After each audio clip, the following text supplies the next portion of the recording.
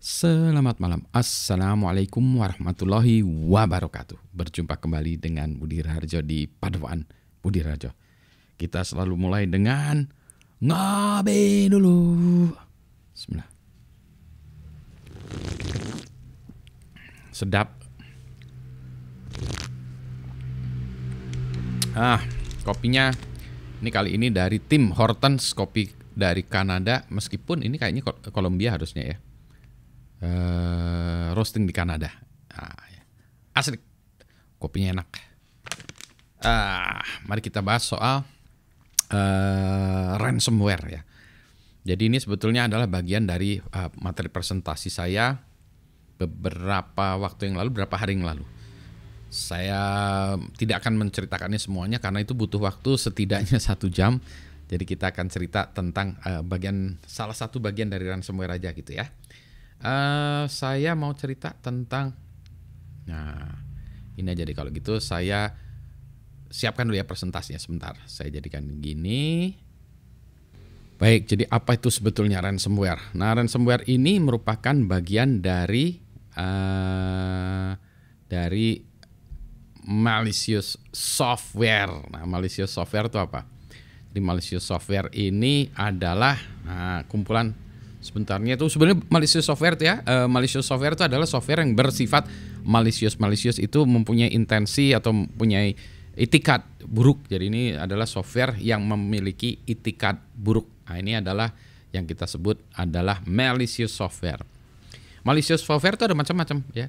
Ada virus. Nih, virus yang paling dulunya dikenal dia virus. Nah, ini virus ini biasanya dia menempel di sebuah berkas. Jadi kalau ini bahasa Inggrisnya, a virus attaches itself to clean files gitu ya. Jadi dia masuk ke situ, kemudian dia menyebar komputer dengan caranya kita harus menjalankan sesuatu di komputer tersebut gitu ya. Nah, jadi yang terkenal itu kalau dari virus itu ya macam-macam ya dulu, virus apa. Tapi di prinsipnya itu dia menempel ke berkas. Nah, berkasnya itu harus kita jalankan sehingga malware-nya ini atau virusnya ini harus dieksekusi baru dia menyebar ke tempat yang lain. Worms ini agak sedikit berbeda ya. Worm itu mirip seperti virus tetapi dia menyebarnya jalan sendiri. Ya, jalan sendiri. Contoh kasus yang pernah terjadi itu namanya worm sendmail yang mana ceritanya nih tahun 1980-an sekian gitu ya.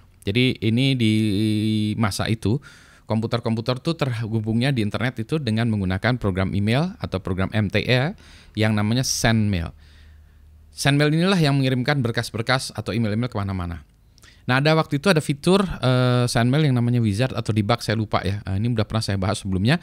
Yang mana itu kalau kita aktifkan, dia itu bisa menjalankan perintah apa saja yang kita perintahkan kepada mereka. Jadi ceritanya waktu itu siapa namanya nih?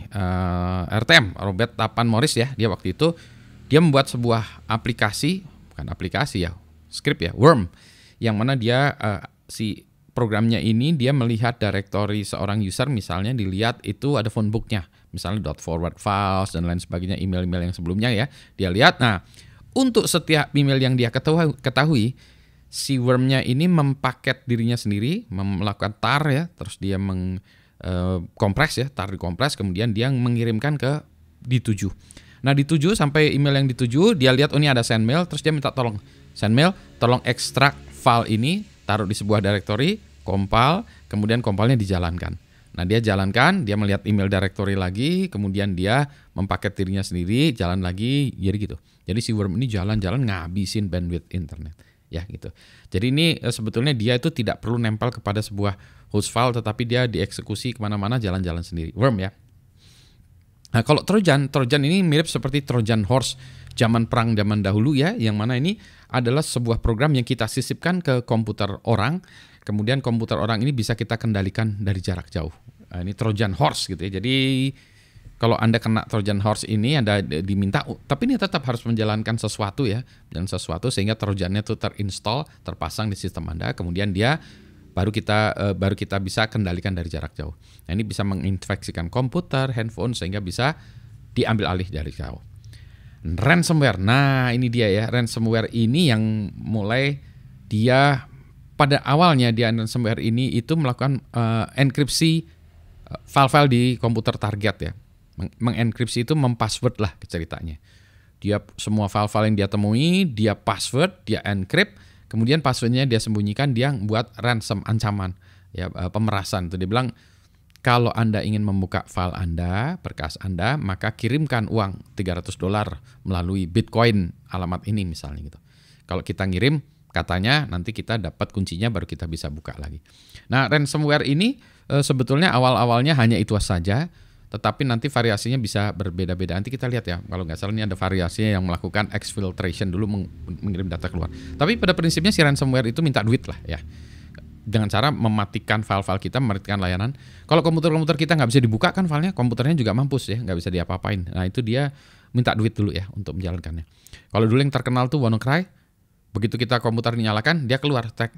Komputernya nggak bisa di-boot juga, nggak bisa dinyalakan. Minta duit dulu.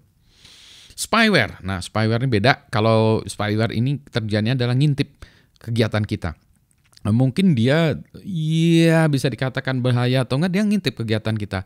Misalnya kita mengunjungi web tertentu, kita baca email atau apa. Ini sebetulnya untuk tujuan apa? Nah, ini yang kita nggak mau ya. Privasi kita kena, dan juga nantinya takut-takutnya ada file-file kita juga yang diangkut sama dia ya. Tapi dia sebetulnya memantau kita, spying namanya juga ya, spying ya, memantau kegiatan kita ya. Kalau adware dia sebetulnya bukan ngerusak segala macam, tapi dia menampilkan iklan ya. Jadi kita buka ini keluar iklan, buat ini keluar iklan, buat ini keluar iklan, sehingga nyebelin lah ya.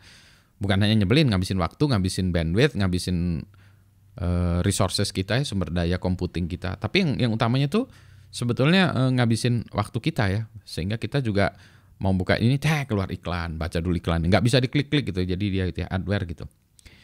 Rootkits ini biasanya dipakai untuk meningkatkan akses kontrol. Jadi kalau misalnya seseorang masuk ke komputer kita, kemudian dia masuknya sebagai user ID Budi katakanlah ya. User ID Budi mungkin biasa.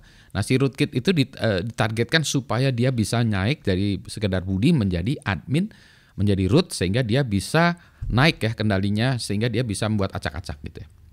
Dan yang terakhir bots atau botnets, ini singkatan dari robot ya, robot network ya. Itu adalah serdadu-serdadu kita yang bisa kita kendalikan dari jarak jauh. Ini jadi seperti Trojan ya, tapi dia sifatnya dia lebih ke arah hal-hal yang kecil ya. Misalnya dia diminta untuk mengirimkan email kemana-mana, melakukan ping, menghabiskan bandwidth. Jadi ini botnet ini biasanya dipakai untuk melakukan DOS attack biasanya, bot atau botnet ini gitu ya. Nah jadi itulah yang ada di sistem malicious software. Nah, ransomware itu adalah salah satu bagian dari itu ya, dari si ini ya. Nah, ada sedikit lagi, saya tambahin dikit lagi ya. Mudah-mudahan nggak terlalu lama ya ke ini. Nah, tadi saya udah cerita sebetulnya ransomware itu sebenarnya bisa dia melakukan encryption aja, jadi kita di password aja, terus kita nggak bisa diapa-apain, dia minta duit ya. Ada yang dia double extortion, jadi dia ngambil datanya dulu, dicuri dulu, yaitu yang kita sebut namanya exfiltration, nyuri data dulu, baru setelah itu di-encrypt. Kalau kita nggak mau bayar, kalau tadi kan nggak mau bayar, udah nggak mau bayar, saya ambil dari backup, saya restore aja, harddisknya saya format, saya reinstall ulang Windows saya gitu misalnya gitu ya. Datanya hilang, ya nggak apa-apa udah gitu ya, misalnya gitu. Kalau ini nggak, kita nggak mau bayar, terus dia ngancam, oh kamu nggak mau bayar ya, maka data kamu saya bocorkan. Jadi kalau exfiltration itu nyedot dulu, baru nanti diancam itu. Kalau kita nggak mau bayar, dia bilang, oh kalau gitu kita bocorkan.